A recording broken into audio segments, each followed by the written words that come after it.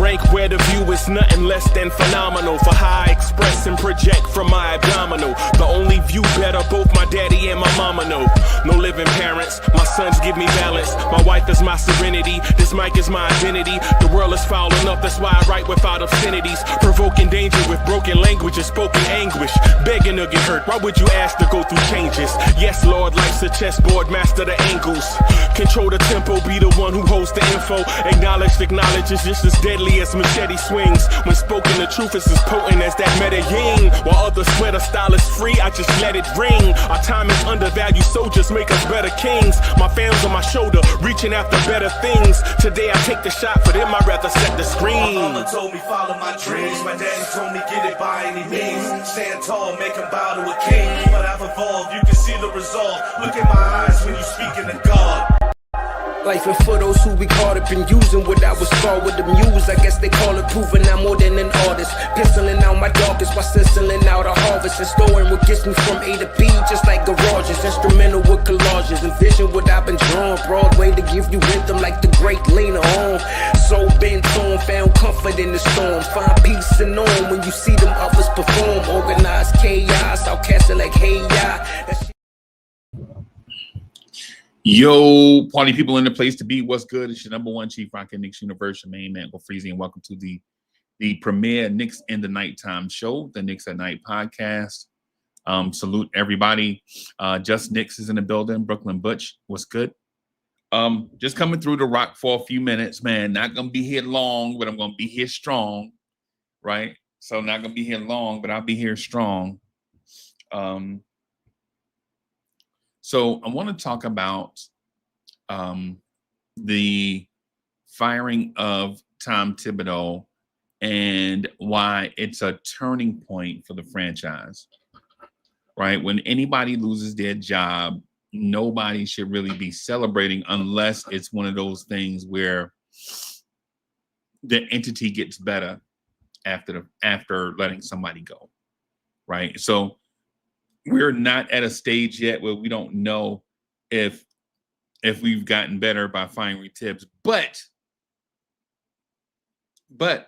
there is a large part of the fan base that believes that the Knicks are better without Thibs, right? So June 1st, the Knicks parted ways with Thibs. King Embert, what's good? Hey, Michelle, what's good? So June 3rd, the Knicks parted ways with Thibs.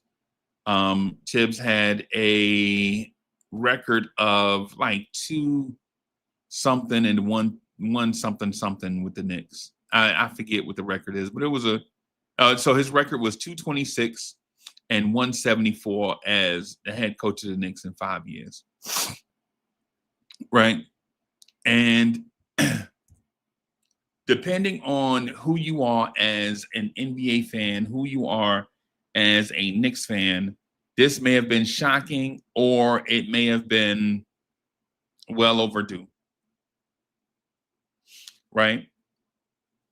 So I want to start with speaking to the audience as people familiar with the situation. Right, you guys are familiar with the situation. You guys have seen the Tom Thibodeau thing up close, right? You've seen the folding of the roster up close. You see how the roster turns over, incorporates itself over and over under Thibs, right? What I would say to you is that's probably the precise reason. One of the reasons why Tom Thibodeau was not here, right? That's probably one of the reasons that's not here. I'm going to get to some gossip stuff. I generally don't gossip, right? I don't like the hot gossip stuff. I never have.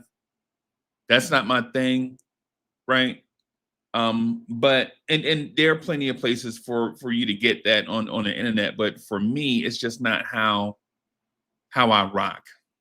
Right. But I'm going to talk to you first about what I think is the media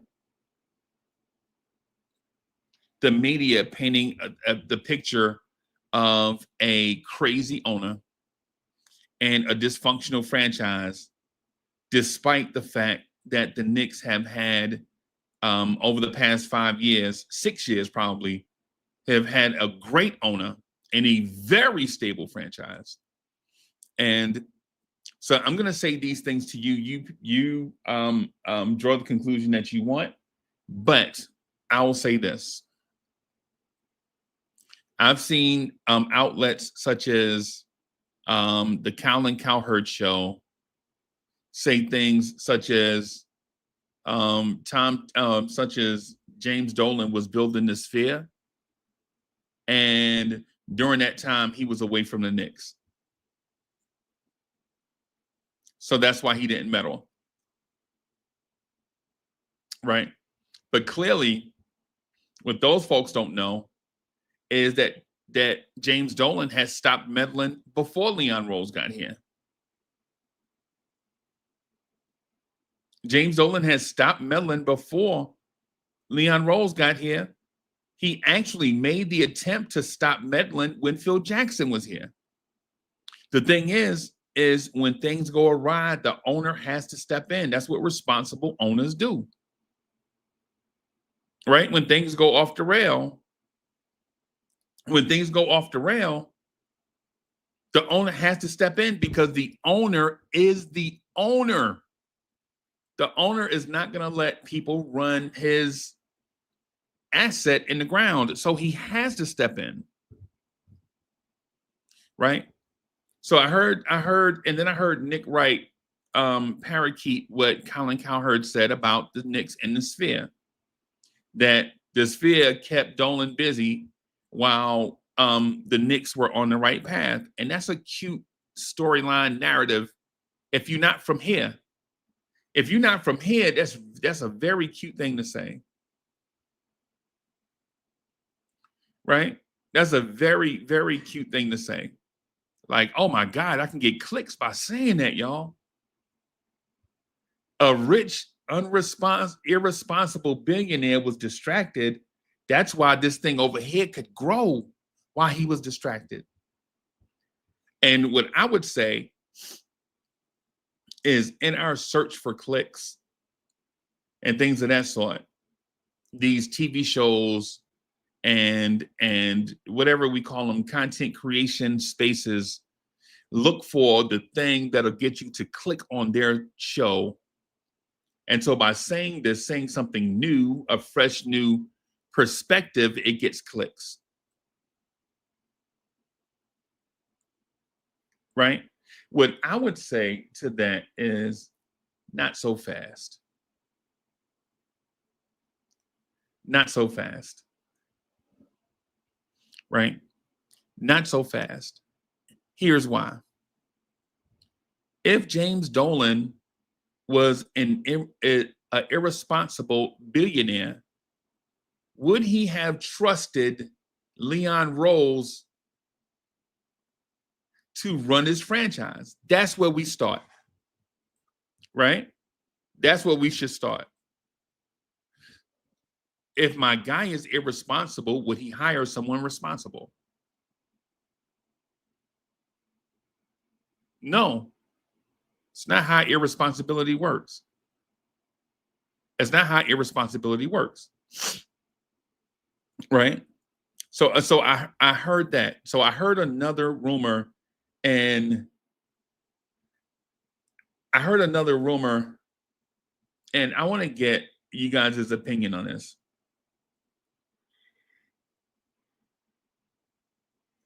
G Money in the building, salute. Ralph Unreal, salute. I want to get you guys' opinion on this. There was a rumor that suggested that Tom Thibodeau and Leon Rose had not spoken to each other directly in about a year. Nev the Disruptor is in the building, salute.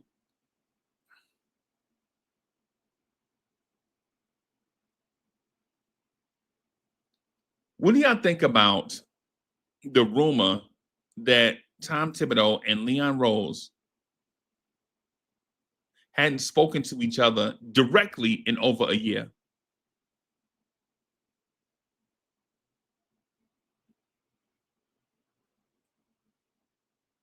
That is odd to me.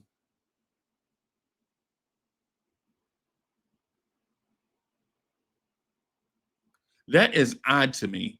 The reason why it's odd to me is that in a boss subordinate dynamic, who is the subordinate to not talk to his boss?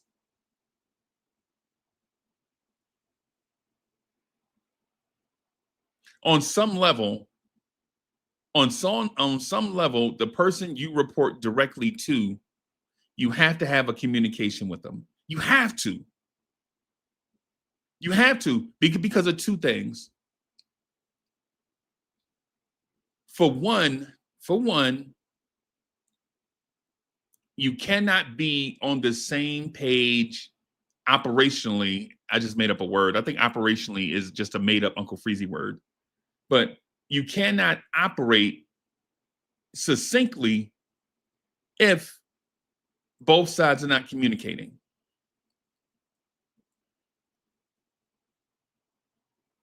And so if both sides are not communicating, it's one of those things like, okay, the boss has cut this employee off so the employee knows that they're a dead man walking, right? Or the subordinate is thinking he's untouchable. Or the subordinate thinks that he is untouchable and he can go straight to the owner.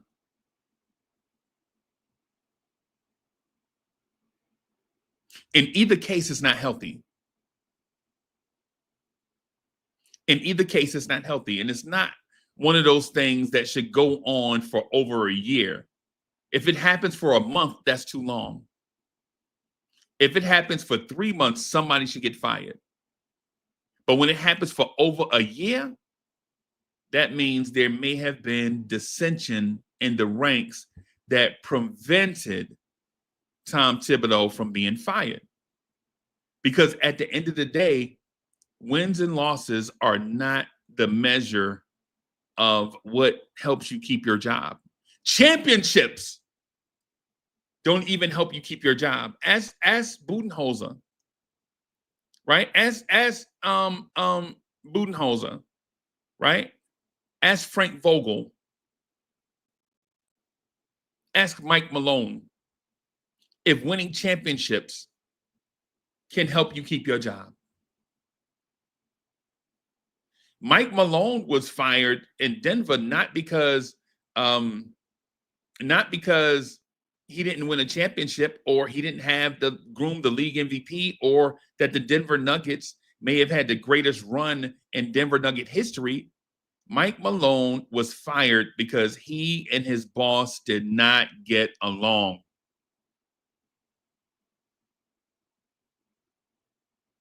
So if you're Tom Thibodeau and for some reason you're not speaking to your boss, whether your boss has put layers in between you guys, respect the chain of command type situation, or if the employee feels like he's done so well that he's Teflon, that he doesn't need to speak to his boss. Either way, it creates a toxic atmosphere, which leads me to point two. Point two, the optics of dissension from leadership by people that report directly to the people that are beefing.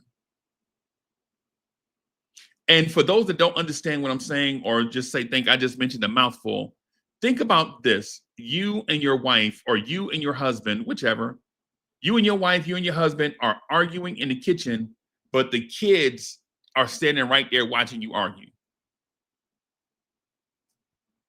Is that healthy for the kids? Now, I'm not calling the players kids or the coaching staff kids. I'm speaking about the dynamic. Or in example one, where the head coach and the front office, the head of the front office, Leon Rose, are not speaking to each other. Is it healthy for the kids to watch two parents that won't speak to each other?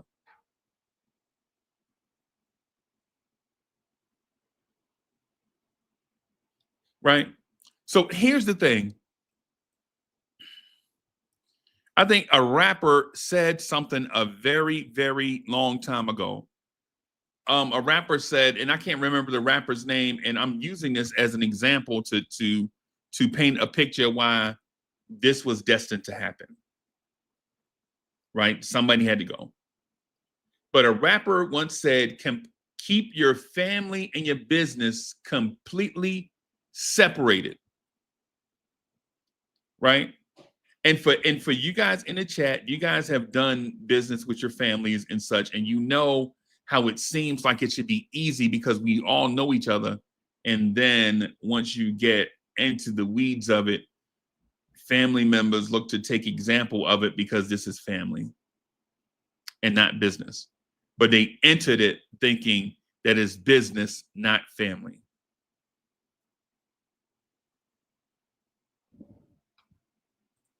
Yep, I appreciate it. I couldn't remember. I couldn't remember who said it, but I know it was said, and it was prudent, and it was important to the dialogue or the monologue, I guess, in our discussion. Right? You can't have a head coach known to be stubborn double down on being stubborn after saying that he changed.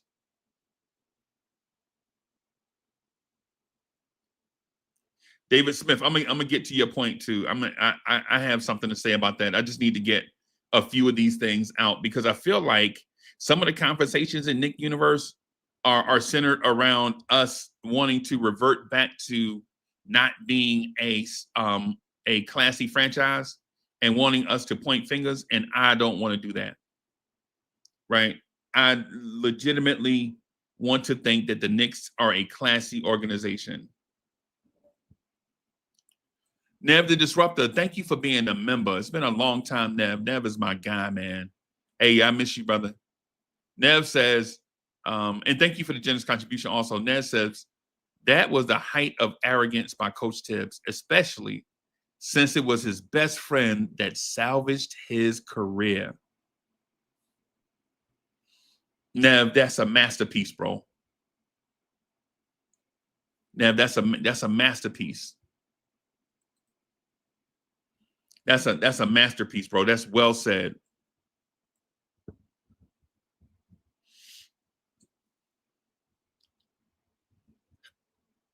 If Tom Thibodeau and Leon Rose are not on the same page, it makes me think that somewhere, somehow, a small chink in the armor became something divisive.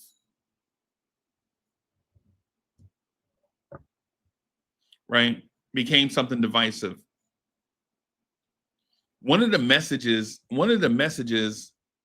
that the front office organization pushed from the beginning is that this is a family and it's a family atmosphere, and we're looking to, be classy, mend bad relationships, have a family atmosphere, incorporate old retired Knicks, mend fences, things of that sort, and let the world know that we are no longer operating as a franchise that believes throwing their logo out there can win any, solve any issue. Everybody goes through it as an organization. The Yankees had to go through it in the 80s. Throw your logo out there and it'll win any conversation, any disruption. It's not how things work. When you deal with human beings, you're dealing with people.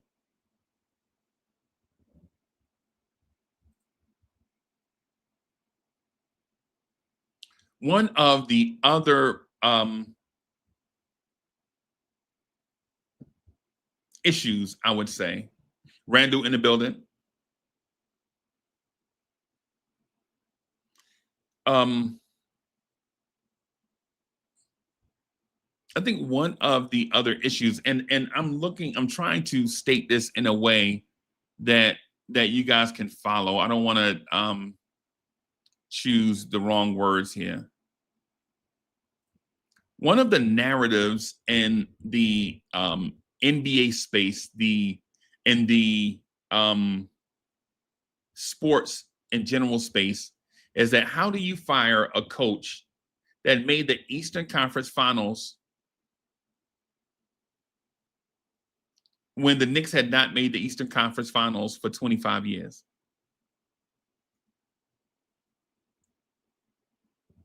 That's a great question if you're not a Knicks fan. If you are a Knicks fan, you understand that not going to the Eastern Conference Finals is a huge thing. You understand that. Not getting to the Eastern Conference Finals means you haven't gotten to the NBA Finals, because you have to achieve one before you get to the other, one foot in front of the other.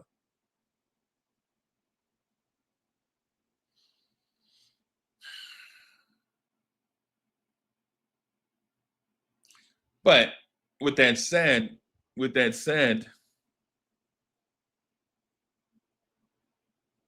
the question should not be, should you have fired your coach for not making the NBA Finals? The question should be,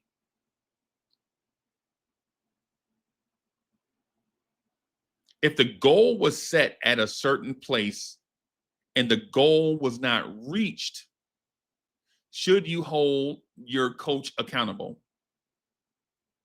Absolutely. Absolutely. And I can point out to a few Tom Thibodeau mistakes in the playoffs that kind of got us to this place of contention. Craig, salute. Junior Star, what's happening, man?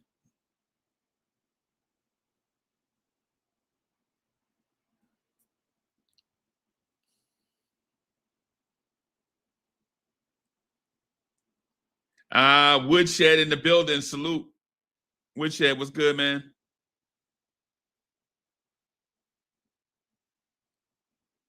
Yeah, hey, salute, y'all, man. Shout out my man Woodshed in the building. Salute to HJ 1914. Hey, Tevin Hall in the building. Salute. What's good? Wacko. What's good, my brother? Been a minute.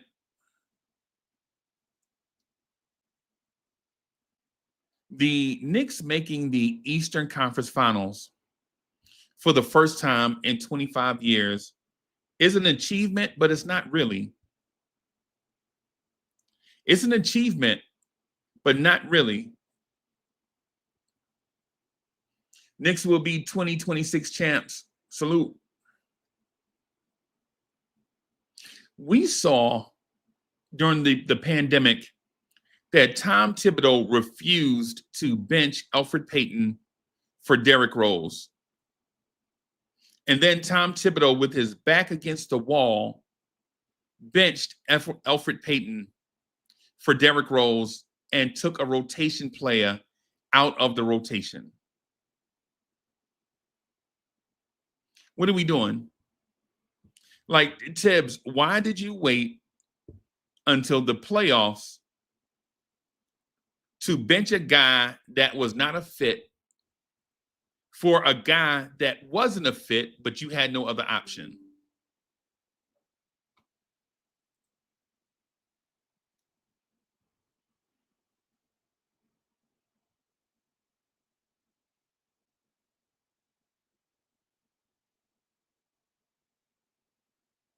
Right? Like, Tom Thibodeau, why did you wait to your back was against the wall in Atlanta in the playoffs to bench Elfrid Payton, knowing that you didn't have any shooting and scoring the whole time. You knew that with Taj Gibson and Elfrid Payton on the floor and RJ Barrett being up and down, that the Atlanta Hawks were going to double and triple team Julius Randle, not giving him any outlets to pass to. People wouldn't get open. Julius Randle took the blame for that. Julius Randle took the blame for that. In a lineup that had Taj Gibson, Elfrid Payton, Reggie Bullock, and RJ Barrett.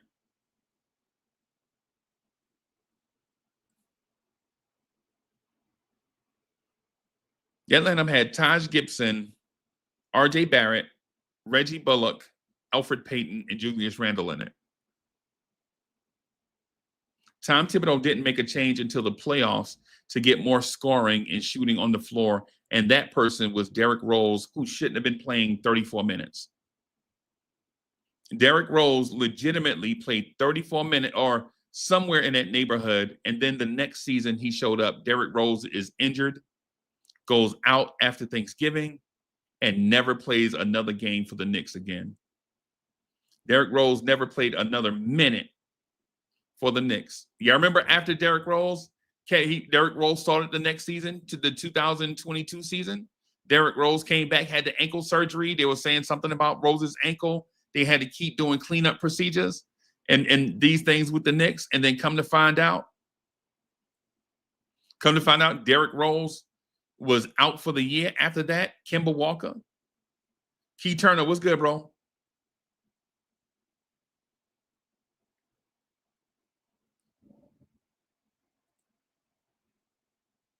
If you are, and I'm not bashing Tom Thibodeau, by the way, because Tom Thibodeau was a great coach, right? To an extent.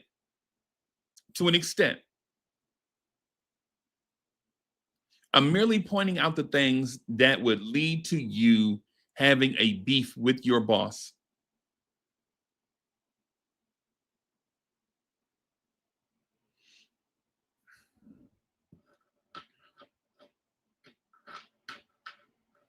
Right? I'm merely pointing out what would lead you to have beef with your boss.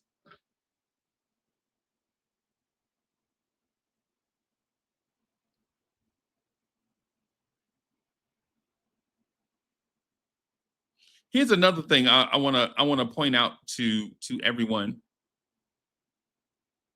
Your boss comes to you after a failure. Your boss comes to you and say, "Hey, man, things didn't finish the way that we liked. What do we need to do in order to help you?" "Hey, man, I need more shooting in the backcourt and I need a playmaker." Okay, enough said. I'll go get you Kemba Walker and Evan Fournier, because you said specifically what you need on this roster. You need a playmaking point guard and more three-point shooting in the backcourt, right? That's what you said specifically. We have you on tape. We have you in the newspaper. We need more playmaking in the backcourt and three-point shooting in the backcourt to help out Julius. That's what you said. It's documented. Like, we can't walk that back. These are facts.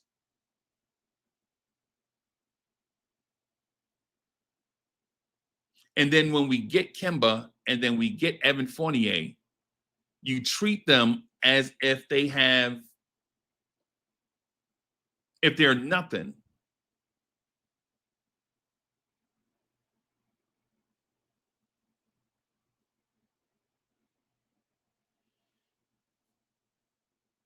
Now, was Kemba washed up? Maybe, but at the same time, Tom Thibodeau wouldn't play Emmanuel Quickley and Deuce McBride the way that most teams play rookies. Tom Thibodeau preferred to play a Kemba, because he's a veteran, over Deuce McBride, Quentin Grimes, Emmanuel Quickly, Obi Toppin to an extent. Tom Thibodeau wouldn't play them because he had preferred to play the veterans, because the veterans have been here.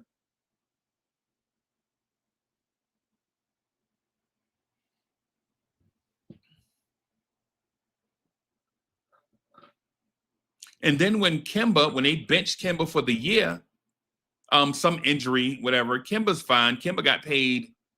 Kemba Walker be fine. Right? Evan Fournier, you bench Evan Fournier, make Quentin Grimes the starter, right? After a while, right? Starting the next season. But here's the thing. You start Evan Fournier and Alec Burks as a backcourt when you have young talent rotting on your bench. In a season, you know you're not going to make the playoffs because you're developing a culture. And I get it. Developing a culture is crucial. It's crucial, right? The only thing about developing a culture is that you have to develop winning habits. And in a losing season, the Knicks did not develop winning habits.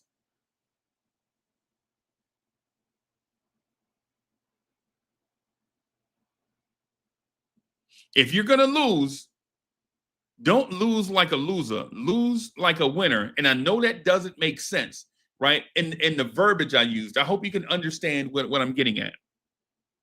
If you're going to lose, don't lose like a tanker, right?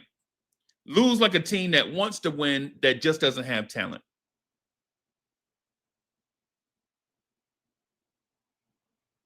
Instead of letting Deuce McBride and Emmanuel Quickly get reps, major reps in a season that we know is lost, he gave all those reps to Alec Burks. And then Alec Burks was traded after the season. And how I know this to be an odd thing is that down the stretch of the season, Obi Toppin and Emmanuel Quickly were absolutely balling.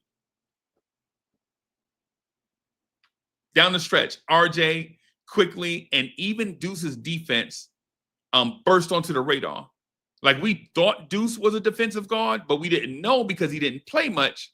But then when we started to see Deuce play, we were like, oh, snap. There's some potential here with Deuce if Thibs would play him.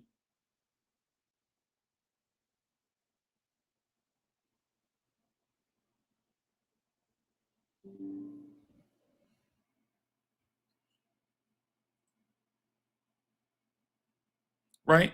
So come down the stretch. Leon is asked Tom Thibodeau, and you know it's to be true because you saw the moves.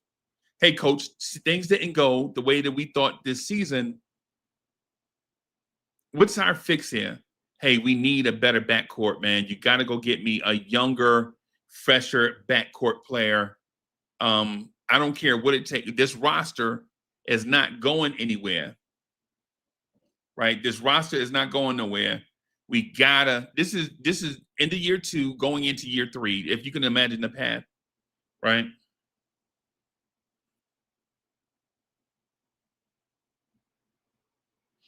This is end of year 2, going into year 3. The summer, the year 2 off season, going into year 3. What do? Hey, man, I need more dynamic players in the backcourt. Flip the roster over. I don't care what you have to do to go get it. Okay. So secretly, Tom, we'll tell you this. We're going to chase Spider, but this other kid, but Jalen is on our radar also. Well, what about the big?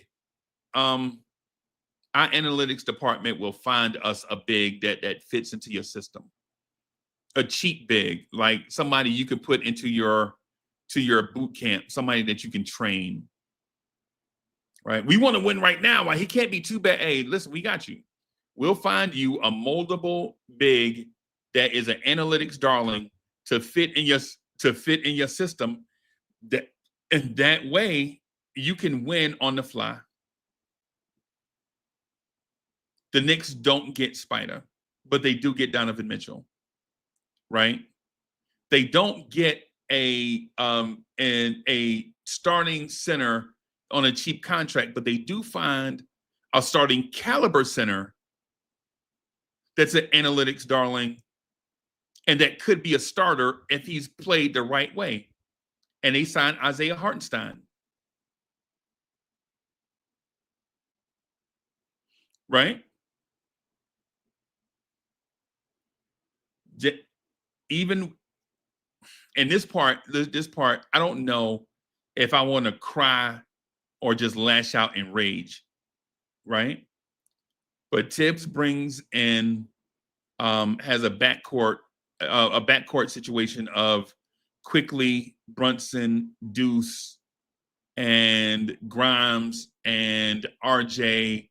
And I think by that time, sometime during that year, I think they trade for Cam Reddish, and or they had traded for Cam Reddish or something like that. And I saw Tom Thibodeau run Jalen Brunson into the absolute ground in Jalen Brunson's first year as the Knicks starting point guard. Should Jalen Brunson have been an all-star in that first year as Knicks point guard? Absolutely, but he didn't turn it on until around December. Jalen Brunson was great trying to figure it out the first couple of months, him and Randall. But Jalen Brunson didn't put up all-star numbers. He didn't start putting up all-star numbers till around December of his first year. But we knew we had a point guard.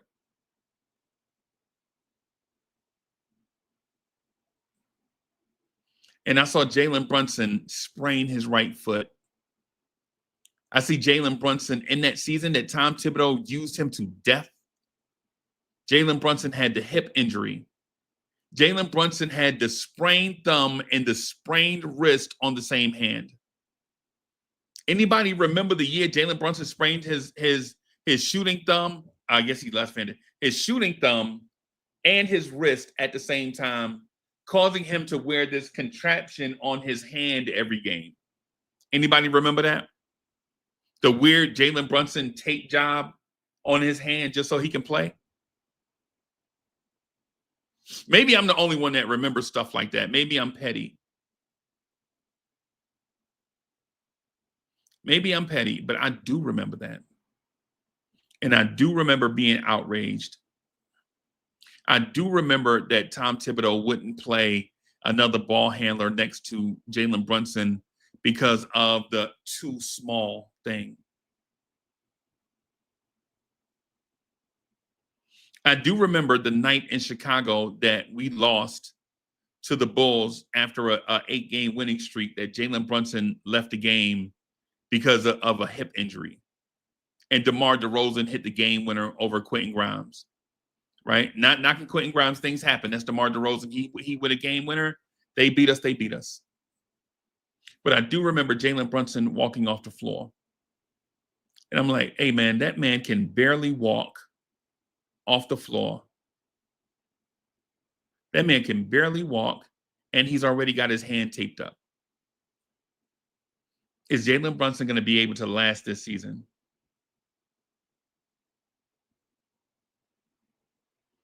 The Chicago thing, teams are going to lose to other NBA teams. Things happen. 82-game schedule, man, things are going to happen.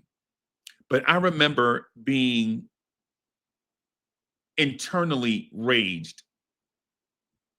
Right? Like I didn't pass on my personal rage to y'all because that's not the responsible thing to do.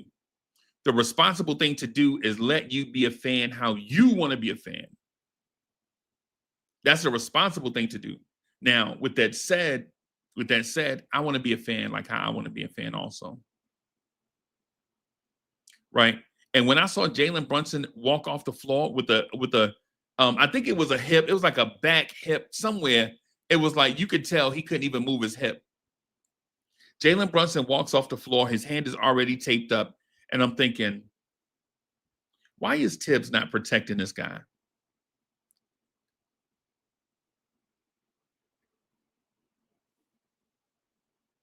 Why is Thibs not protecting this guy? And so we make it to the playoffs and knock off the Cleveland Cavaliers. But when we knock off Cleveland, listen to the injury list. When we beat Cleveland, Julius Randle is on a double sprained ankle. Right? He has a lower ankle sprain and a high ankle sprain on the same leg.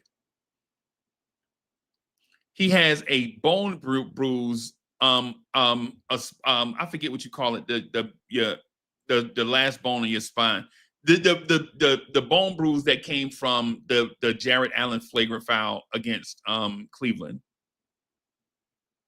Jalen Brunson is there with a right foot sprain and the wrist injury. Remember,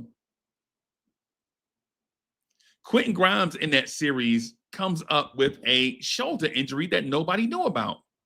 And so we were like, how was Grimes injured and nobody knew about it?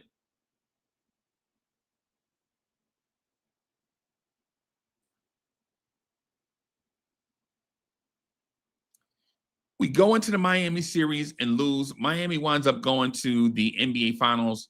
And a lot of us as Knicks fans felt like there's no way that Jimmy Butler and a bunch of dudes should have beat that Knicks team. But that incident occurred. Y'all, what I'm saying is 2 seasons ago, or 2 years ago, 3 seasons ago, the New York Knicks with Tom Thibodeau lost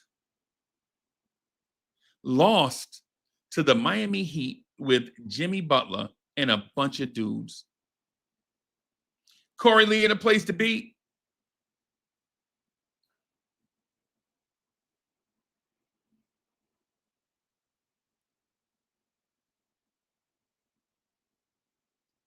We can't even remember some of the guys that was in that starting five that beat the Knicks that played for the Miami Heat. I think there was a guy with braids. There was a guy that looked like an attorney, and Bam Adebayo, and Jimmy Butler, who was injured. Remember, we played again. Remember, Jimmy Butler injured himself in the Milwaukee series that they won. And so the Knicks lose to an injured Jimmy Butler-led Miami Heat team with a bunch of dudes.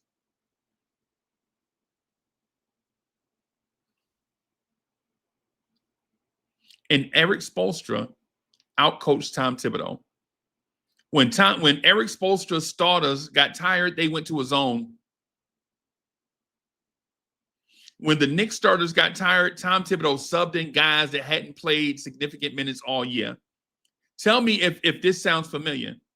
When the Knicks starters ran out of gas in the fourth quarter, Tom Thibodeau turned to guys that hadn't played all year to give him something until the starters can get back in.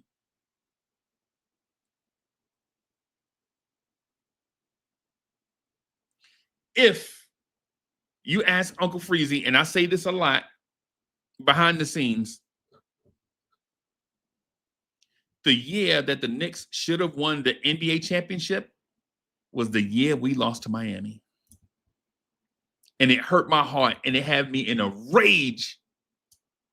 And I don't want to share that with y'all. Y'all see our man losing it over something that he can't control and can't rewrite.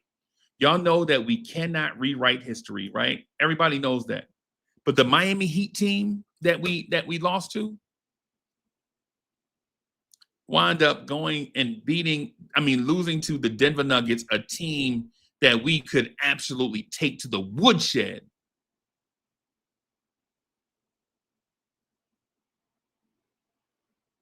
This current Knicks team is a team that's absolutely built to dominate the Denver Nuggets. Y'all know this. Y'all have seen us dominate the Denver Nuggets. Y'all have seen it with your own eyes. And so when you ask me, like, hey, man, you mad that Thibs gone? I'm like, no, I'm kind of frustrated that it may have taken this long. And I know that's not the proper thing to say as a content creator, but when you watch the Miami Heat take our path to the championship and fall short against a team that we had dominated or is used to dominating, It's frustrating, man. It's frustrating.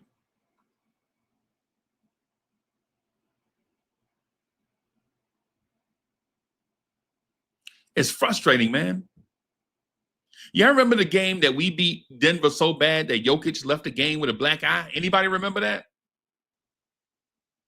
Y'all remember the game legitimately at MSG that the Knicks dominated Jokic so bad, the Nuggets so bad that Jokic left the game with a black eye? Anybody remember that? I do. And that's because I'm a diehard Knicks fan, man.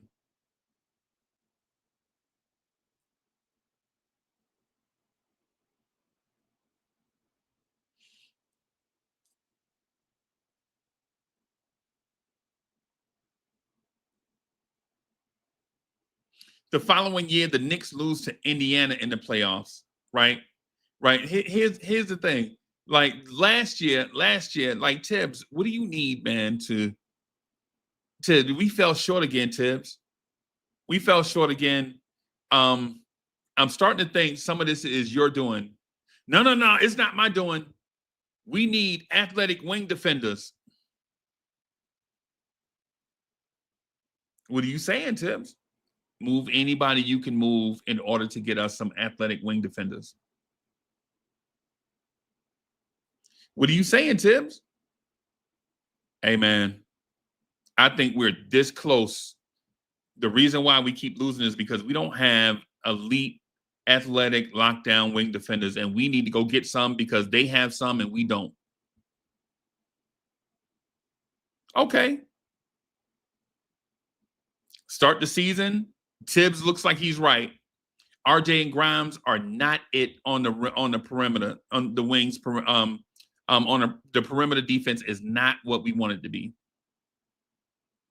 It looks like Thibs is right. So the Knicks trade for OG Anunoby.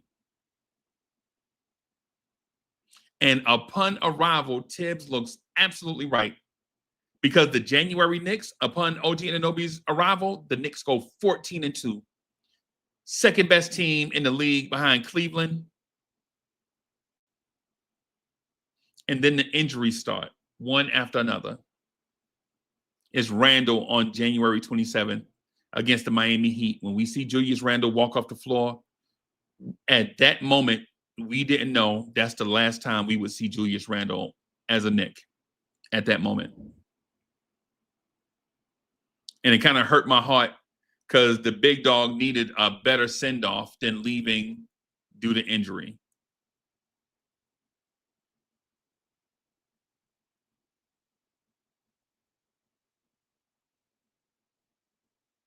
Julius Randle deserved a better send-off than leaving due to injury and thinking he was going to be a Knick forever. Then OG Anunoby has a cleanup surgery. We're told it's a minor cleanup surgery, and he's day-to-day. Come to find out, it's 8 weeks. Mitchell Robinson had been out since November. Jalen Brunson, Josh Hart, Dante has to will this team to the playoffs, right? Slowly, guys come back, and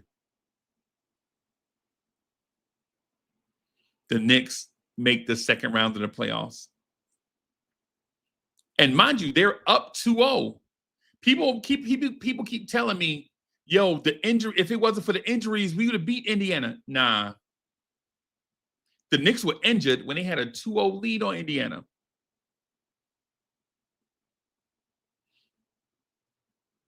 That's one of the things that we forget. In that Indiana series, the Knicks already were injured. Mitch was already gone. Randle had never came back. Deuce had the sprained foot. Y'all remember that summer, Deuce on the little motor scooter around the city? Deuce was injured in that series. Jalen Brunson already had the right foot sprain. We were up 2-0 in that series. Hartenstein was already injured, both shoulders, in that series when we were up 2-0.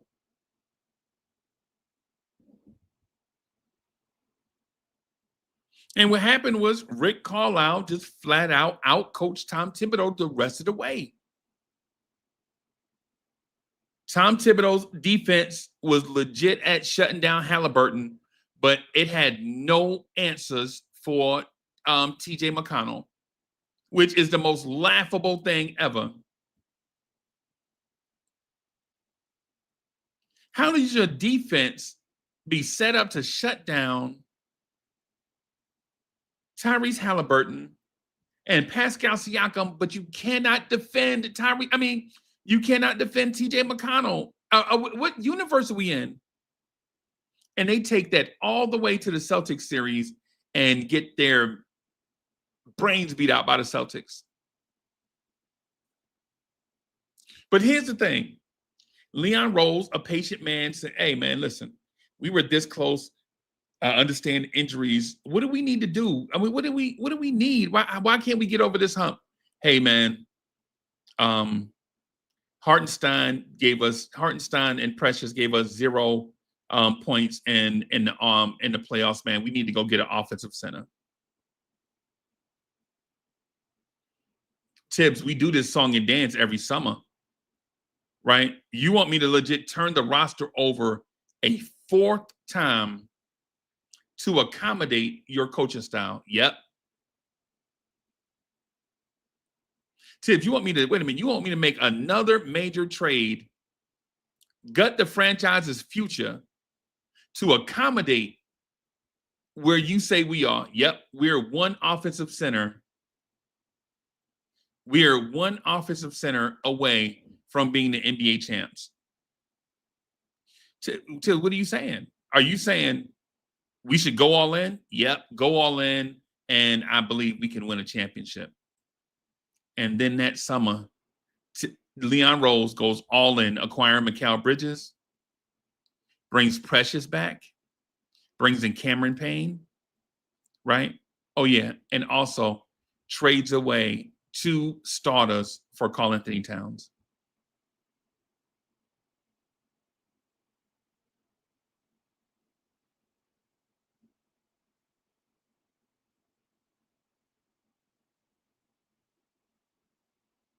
And so for those on the outside looking in, for those that look at this as the Knicks are just a part of the NBA,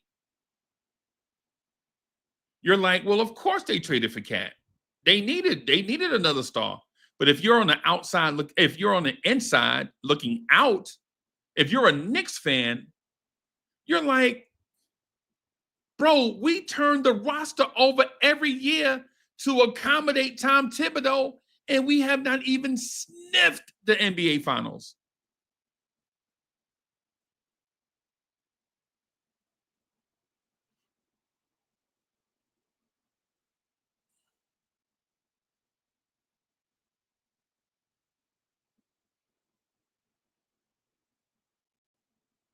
So if you're Leon Rose, what other choice do you have? But during the season, you're trying to talk to Thibs, and now Thibs won't talk to you. Think about this. So if you're Leon Rose and you folded the roster over every summer to accommodate Thibs, and then in this 5th season, you and Thibs are not talking?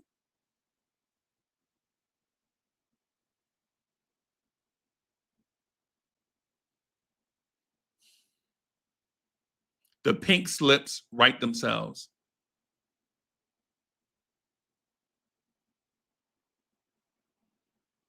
If every summer, think about this, y'all. Y'all are Knicks fans. That's why you're here. That's why y'all are here. Y'all are Knicks fans, right? That's why you are here watching Uncle Freezie in the middle of the night, right? Because y'all are diehard Knicks fans, and I love it, right? But if you're Leon Rose and every offseason, you try to accommodate a coach that can't get over the hump for one reason or another, whether it's the reason how he manages personalities, how he manages his bench, what his offensive defensive schemes are. For whatever reason it is, every coach is going to have flaws. There's no perfect NBA coach. I don't care what people say. There is no perfect NBA coach. Right? But imperfect coaches can work within a system and organization to make the best out of the resources that you have. Right?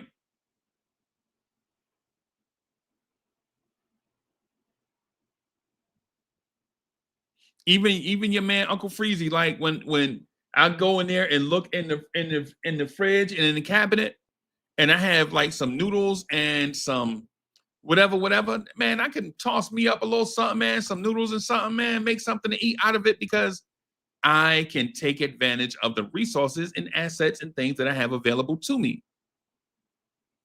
And Tom Thibodeau's thing is every summer you have to make a major move.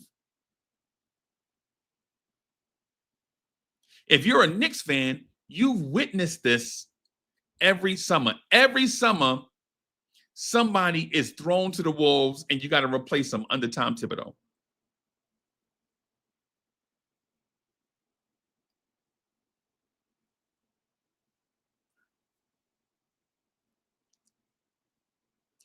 Remember the Thibs first year? The first year Thibs is, hey, we got to purge this roster. Frank and Knox cannot play. These dudes are not good. Y'all remember how we had a love affair with Frank Ntilikina, Kevin Knox, RJ Barrett? Remember that? Thibs got here? No, these dudes ain't playing. You like, Thibs, these kids are young. They're 20. Nah, I ain't playing these dudes, bro. I'm gonna play Elfrid Payton.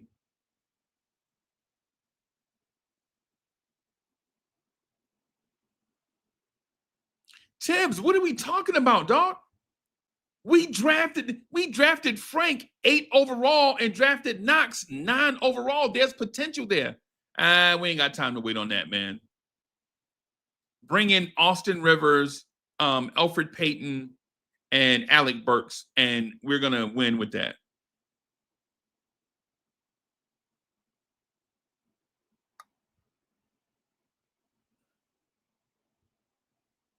But we spent assets on that. And so what?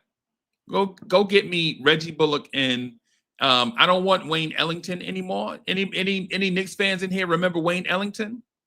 Wayne Ellington wouldn't pass the ball to RJ Barrett rookie year. Wouldn't pass the ball to Kevin Knox. Wouldn't pass the ball to Mitchell Robinson. Mitch was here. Mitch and Knox and Alonzo Trier all came out of the same draft year.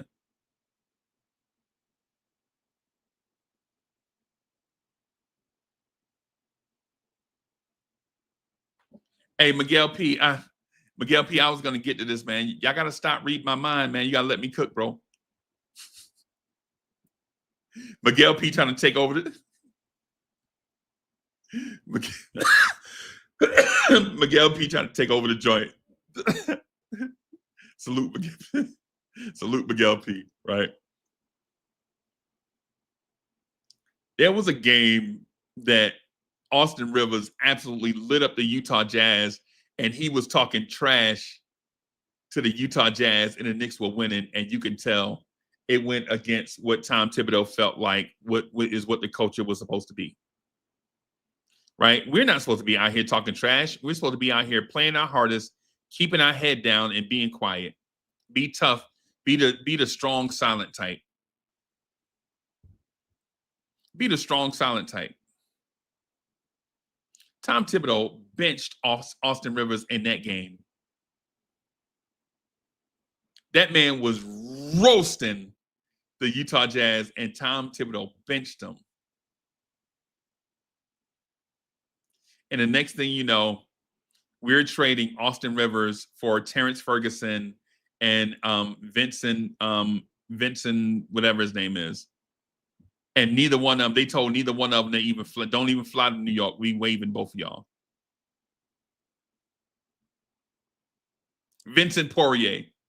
The Knicks trade The Knicks trade, this will make you laugh. The Knicks trade Austin Rivers. And I'm doing this off the top of my head. So if I get some of these names wrong, man, charge it to my head, not my heart. But the Knicks trade Austin Rivers and a dude named Ignas Brestakis to Philly for Terrence Ferguson, a 20-year-old wing defender, and Vincent Poirier, an analytical darling.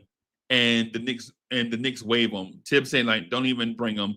It's too late in the season. I'm not going to play him. It's too late in the season. I'm not even going to play these guys. Don't even.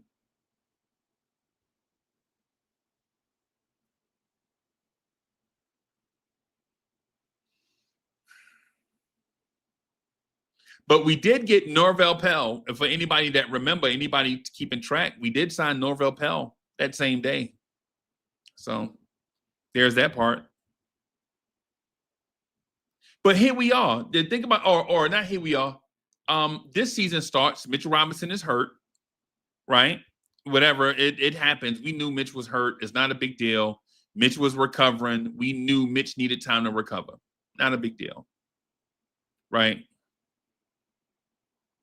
But Tom Thibodeau was playing his starters 30 minutes in the preseason. Chat, y'all remember Tom Thibodeau this preseason past? Tom Thibodeau was playing his guys 30, 35 minutes in the preseason. And the excuse was some of these dudes just got here. They have to develop chemistry.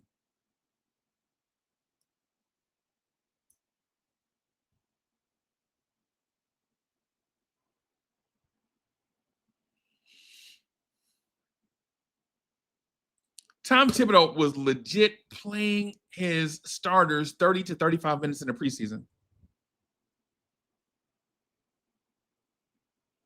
Fast forward to the season. I want to kind of get through this because I want to get to a point. Season starts. Precious is already hurt.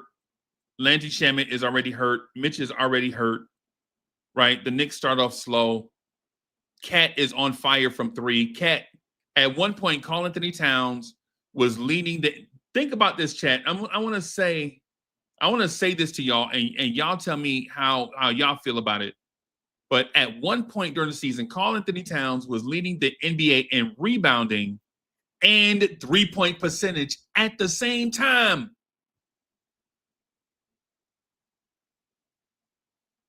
At one point during the season, Karl Anthony Towns was leading the NBA in rebounding and three-point shooting at the same time.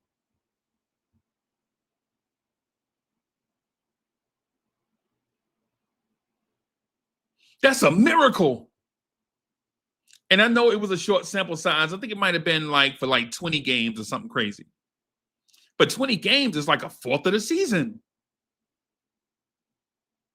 And maybe he wasn't leading. I know one time he was leading both, but he was like 1-2, 1-2, 1-2, 1-2, 1-2 until he broke his finger against Beef Stew in a Detroit game. Beef Stew ran him down on a fast break, and Cat broke his finger on the rim. And this is how I knew Tom Thibodeau was gone. Cat looked at his father, who was probably about 20 feet away or 10 feet away, and yelled to him, "Hey, man, I think I broke it. I think I broke it." He was holding his finger. He walked back to the bench, and Tom Thibodeau didn't say a word to him. And when I saw that, I was like, Tom Thibodeau was fired.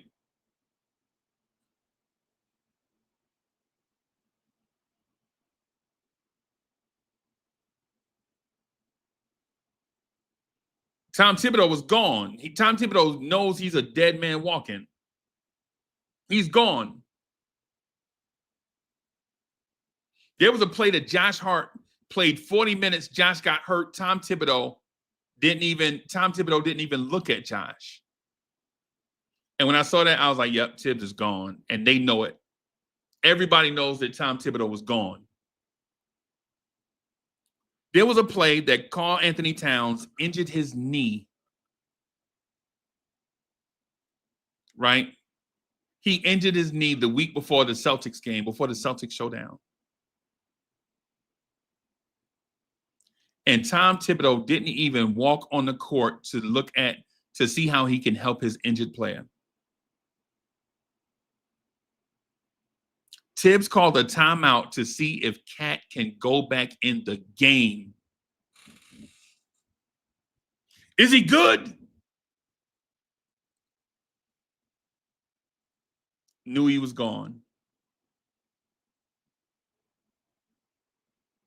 Knew he was gone. So now the Knicks make the Eastern Conference Finals for the first time in forever. They lose to Indiana. Tom Thibodeau is out coached. But the thing that is lost on people, the thing that is lost on everybody is this. The thing that's lost on people is this. The Knicks players willed themselves to a Pistons win. Right? How we know? None of the systems and defense changed. There were no adjustments. It was just Cat hitting deep threes and Jalen Brunson hitting smothered. Jalen Brunson was smothered making shots. You don't draw that up on a clipboard. You don't. The Jalen Brunson crossover that eliminated the Pistons, Tom Thibodeau can't draw that up on a clipboard. The deep three that Cat hit from like 38 feet with time running out, you don't draw that up on a clipboard. That's players. The deep OG Anunoby three where he bobbled it and shot it over Cade and made it, you don't draw that up on a clipboard. That's players making plays because they wanted it.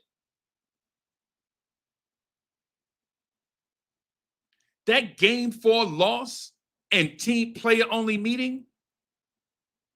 Think about that. That game 5 loss to Detroit and players only meeting told everybody everything. Despite what this coach is out here doing, we want to win a championship and we're going to do whatever it takes to beat this Pistons team in game 6. I mean, the Pistons team in game 6. And then they came out with that same energy and put that energy, that Mikal Bridges defensive play on Jaylen Brown in game 1, you don't draw that up on a clipboard. That's a defensive player making plays. Because if he gets that shot off and makes it, the Knicks lose. The Mitchell Robinson play in game 2 on Tatum, forcing him towards OG where Bridges gets the block from the weak side, that's players. That's not deep. That's not the coach. That's players stepping up. That's why in the Indiana series, where the players couldn't figure it out and they were looking at the coach and the coach had no answers, you knew Thibs was gone. The team president wants to win desperately. The players want to win desperately, but the person that they trust to get them to the promised land had no answers.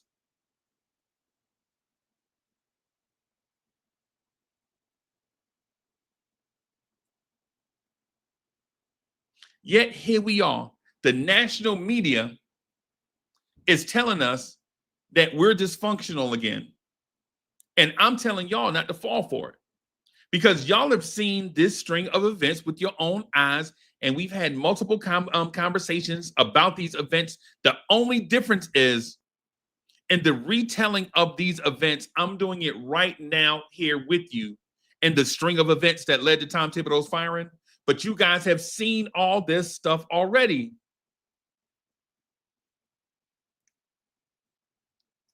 You've seen all this stuff already. The only thing I've done is recounting the string of events that led to Tom Thibodeau being fired. That's it. I'm not making this stuff up. Y'all saw the Knicks acquire Kemba Walker and Evan Fournier in the same offseason. Right? Y'all saw Alec Burks start at point guard for 50-plus games. Y'all saw Tom Thibodeau damn near ruin Jalen Brunson in his first year as a Knick. Jalen Brunson, right foot sprain, hip injury, and thumb and wrist sprain. Y'all saw these things with your own eyes. I don't have to tell you. Y'all know these things. And so today, here we are. Here we are. People want to, the media wants us to believe that we have a raging, irresponsible owner that's a spoiled, rich kid with nothing else to do but throw away money. That's what the media wants us to believe.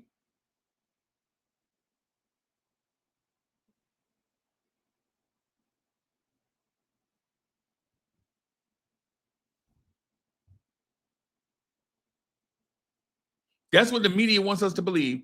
And I'm here to tell you, stay loyal to your own devices. Y'all, man, you guys are smart. I see what y'all put in the comment section. A lot of us content creators talk about y'all comments on the telephone. Y'all don't know that or not, and I probably shouldn't have told you, because now y'all probably gonna get the big head or whatever. But content creators keep like, hey, did you see, example, did you see what Tori B said the other day? No, I ain't see it. What she say? Yo, she said such and such. Word. Y'all, you guys are smart. Right? Trust what your eyes are telling you. You don't have to believe what ESPN is telling you. ESPN has been bashing you for years, and now you think they're your friend?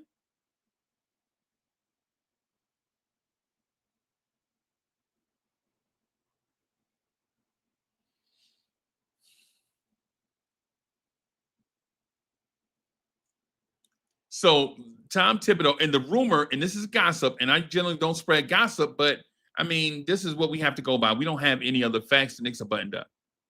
The rumor is Tom Thibodeau and Leon Rose hadn't been speaking all year. Right? The rumor is that a few of the players said they didn't want to play for Tom Thibodeau next year.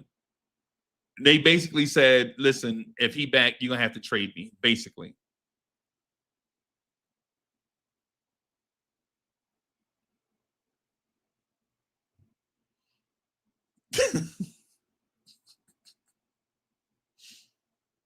Sorry, B, y'all got to stop distracting me, man. Y'all know I'm going up the top of my head. I can't read y'all man, come on, man.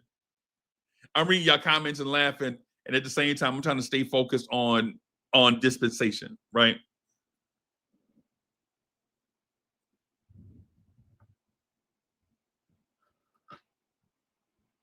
So Tom Thibodeau is fired, and ESPN wants us to think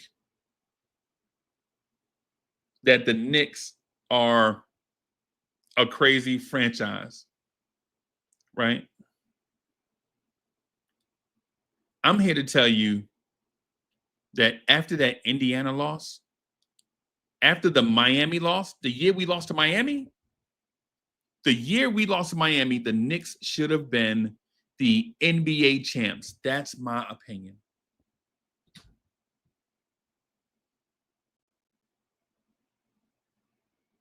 The Knicks should have been the NBA champs 2 seasons ago. Now, does that mean they should have been the champs this year? Or does that mean the Knicks should have won the championship 3 years in a row? No, it don't mean that. It means the course was set for us to take advantage of a pathway to win a championship.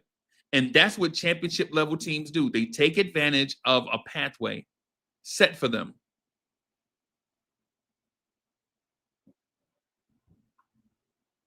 And we constantly gave away our pathway to other teams.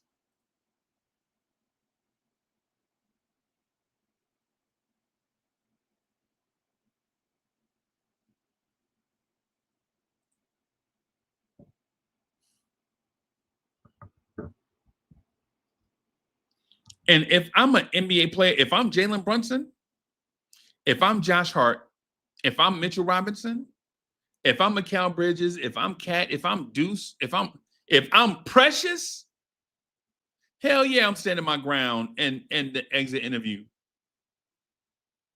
Because the thing is this.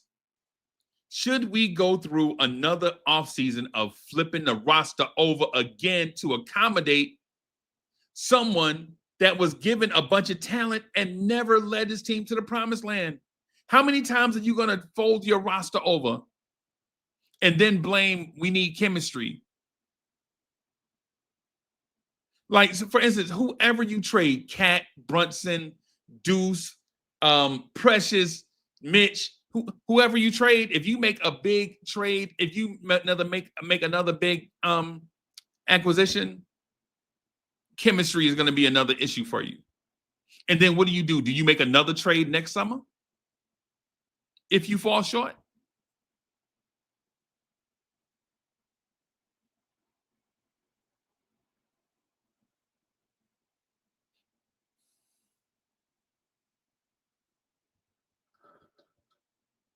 But I do want to say this. I'm gonna wrap up in a little bit, right? But I do want to say this to you.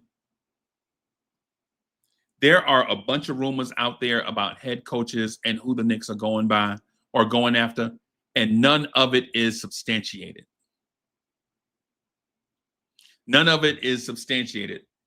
I expect news to break tomorrow about a short list, right? Because it's been about a week, maybe it's 6 days since Thibs has been fired. So I expect a short list of candidates, right? And I mean a real list of candidates that get shortened, like the ones that are not possible to get, like Jason Kidd. I expect Jason Kidd to maybe be removed if Dallas doesn't want to trade Jason Kidd. Or let the Knicks acquire Jason Kidd, however it happens. Right? Chris Finch, I expect news tomorrow or the next day about Chris Finch.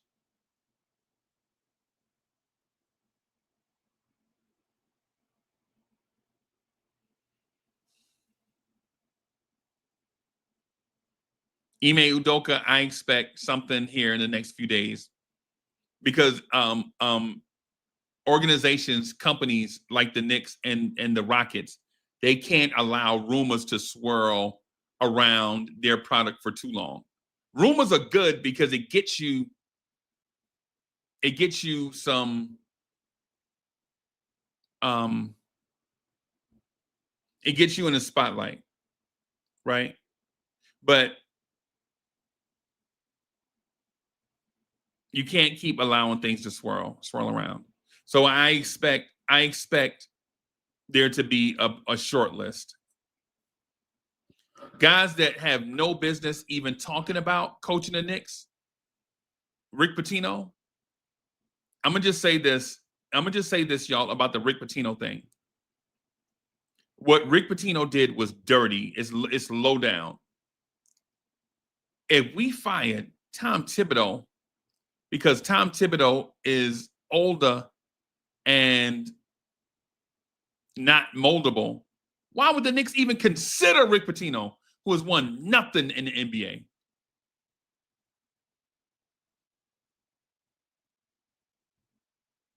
Rick Pitino offering himself for the Knicks job is only a way for him to list his personal profile. It's kind of like me saying, no, I don't want to coach the Knicks right now. That I'm good. I'm in a good place.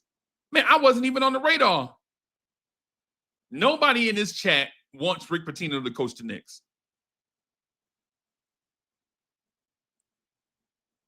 Nobody. Who's asking Rick Pitino to coach the Knicks? Rick Pitino is trying to uplift his profile. So, Rick Pitino, I take that as an old man trying to grab some spotlight.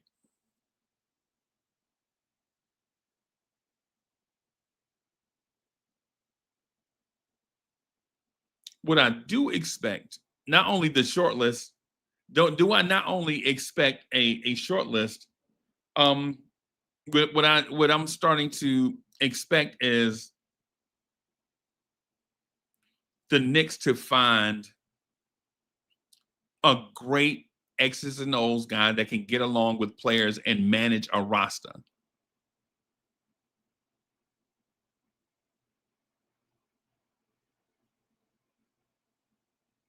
Here's the other thing too.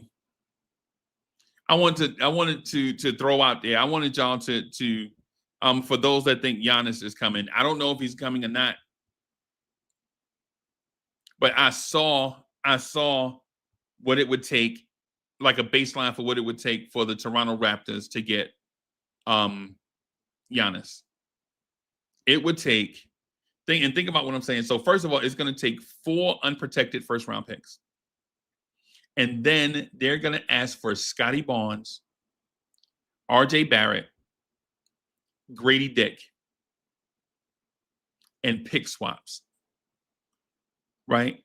It's going to take Toronto, RJ Barrett, Scotty Barnes, Grady Dick, 4 unprotected first round picks and pick swaps to get Giannis.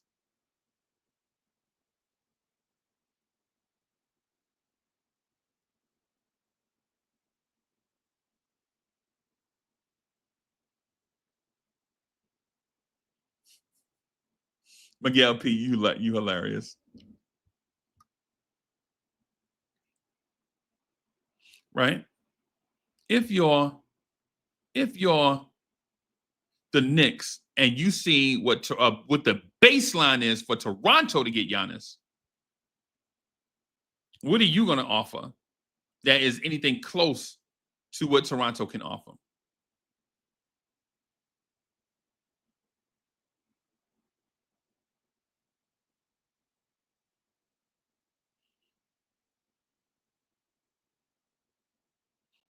I hear the Knicks might be interested in KD, and KD might be interested in the Knicks.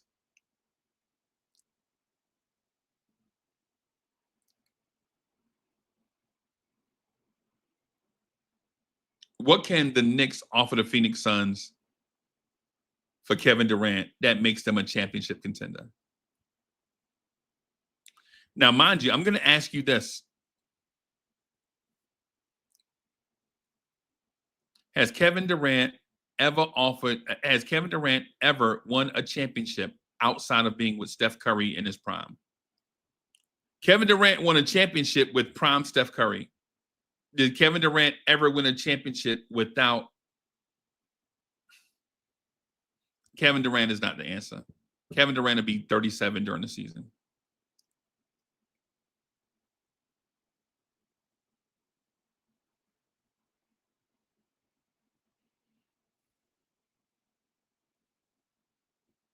I think the Knicks are such a honey hole for content that the rumor mill loves the Knicks. We like to call it Knicks for clicks. We like to call it Knicks for clicks. If everything is boring, if you have a boring NBA Finals, find a story about the Knicks and talk about it.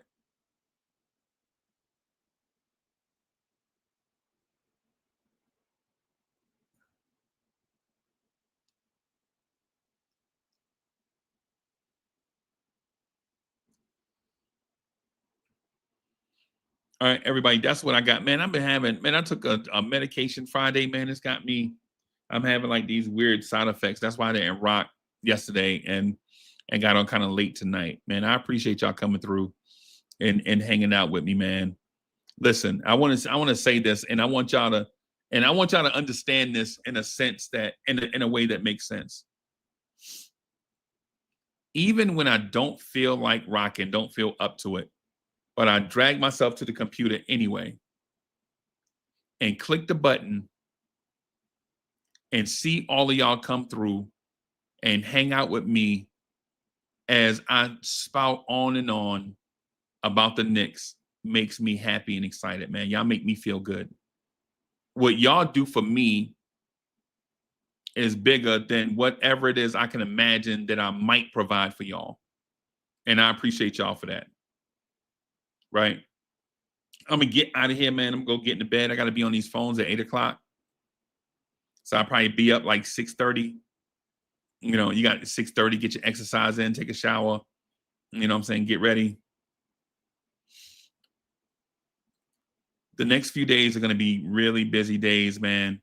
And I hope y'all understand the difference between what's Knicks for clicks and what's right for us.